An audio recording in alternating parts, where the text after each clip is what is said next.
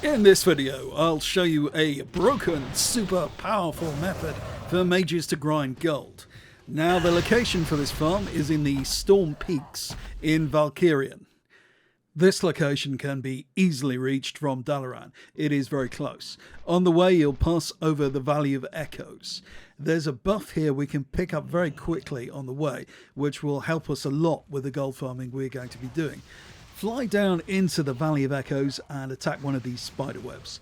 Sometimes you get a spider which will attack you, but after a few tries you'll free a Paladin Crusader from one of the webs, and the Paladin will give you a really nice mana buff.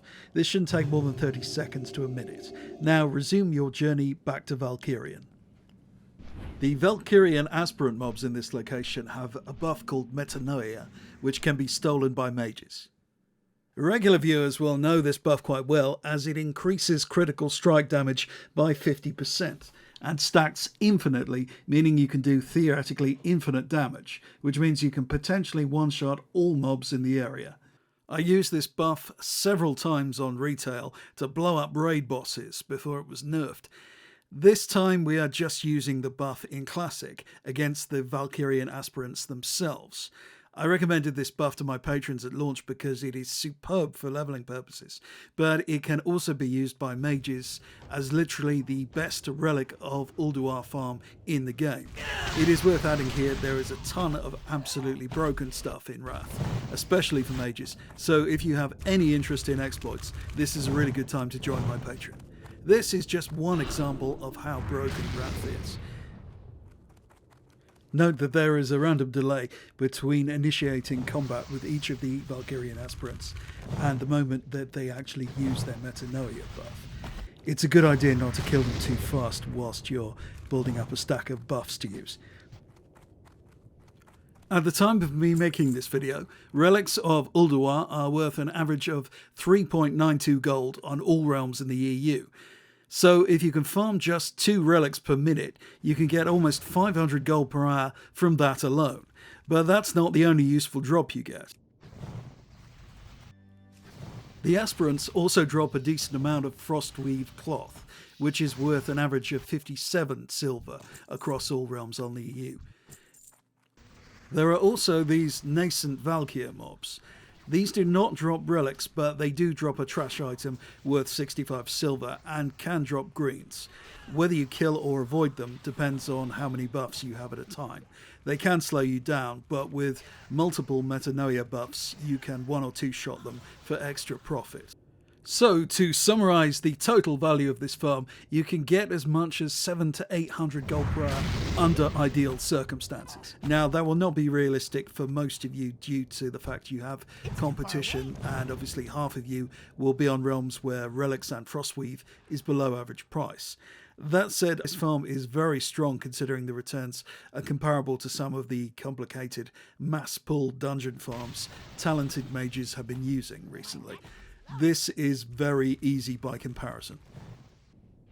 Now, if the area is overrun by other players, and actually it was relatively quiet when I filmed this, but if it is overrun, there are some alternatives. There are several caves in the area filled with iron dwarves which have a high drop rate for relics, such as this one in Boar's Breath. You can spell steal the Metanoia buff from the Valkyrian aspirants, and then come in here and wipe everything out. Remember, even if another player has tagged a Valkyrian aspirant, you can still spell steal their buff. In addition to the Metanoia buff, you can spell steal the shield the Iron Forged Lore Seekers here have, and speed things up even further. This shield damages anyone who attacks. Functionally, it is the same as a Shaman's Lightning Shield. Combined with a Mage's Molten Armor, which itself damages anyone who hits you with a physical attack, it deals significant damage to any melee attacker. In fact, it is technically possible to steal this mob's shield and just stand there and let the mobs kill themselves. Don't actually do this, it is more efficient to use your own damage spells as well, but it indicates just how easy this farm is. Now, the idea here is to have options if Valkyrian itself is overfarmed, and switch between farming locations if necessary. Note that just one metanoia buff is a very significant damage increase, so even if Blizzard nerf it, so you can only have one at a time for example, it won't make a great deal of difference. In fact, I rarely stack that many buffs anyway because 3 is usually enough to one-shot everything with a crit.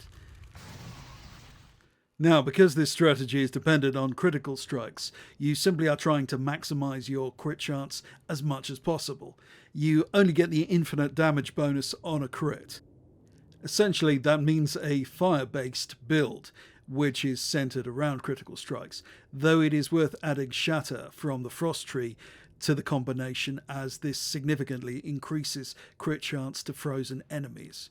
It is also worthwhile selecting talents which reduce mana costs, as going out of mana is one of the biggest problems for mages generally when gold farming. That said, don't obsess too much about a talent build here. Provided you keep up your metanoia buffs, you shouldn't have too much trouble, whatever your specialization or talents. Broken as this farm is, your chances of getting banned for it are very minimal to non-existent. So for a change here, I thought I'd ask you all a question. Do you appreciate this type of simple farm, or would you prefer the type of ultra-sophisticated approaches many popular classic gold farming videos are using? I have great respect for the YouTubers who are pioneering amazing approaches to do with protection warrior avoidance, rogue self-healing with fan of knives, and of course mage mass pulls. But I wonder how practical that is for regular players with limited time to acquire the gear necessary. Limited time to practice all the techniques and the cost of repairs, etc. when wiping. In many ways, the more sophisticated approaches are exactly the sort of thing I find appealing, but I want to keep my ego in check and focus on actually providing useful farms and information. Leave a comment and tell me what you think. Finally, as I mentioned earlier, Wrath Classic is proving to have resurrected all kinds of fascinating exploits. It's a really exciting time in the exploit community, and if you have any interest or passion for this, especially for major exploits, then I'd consider signing up to my Patreon right now.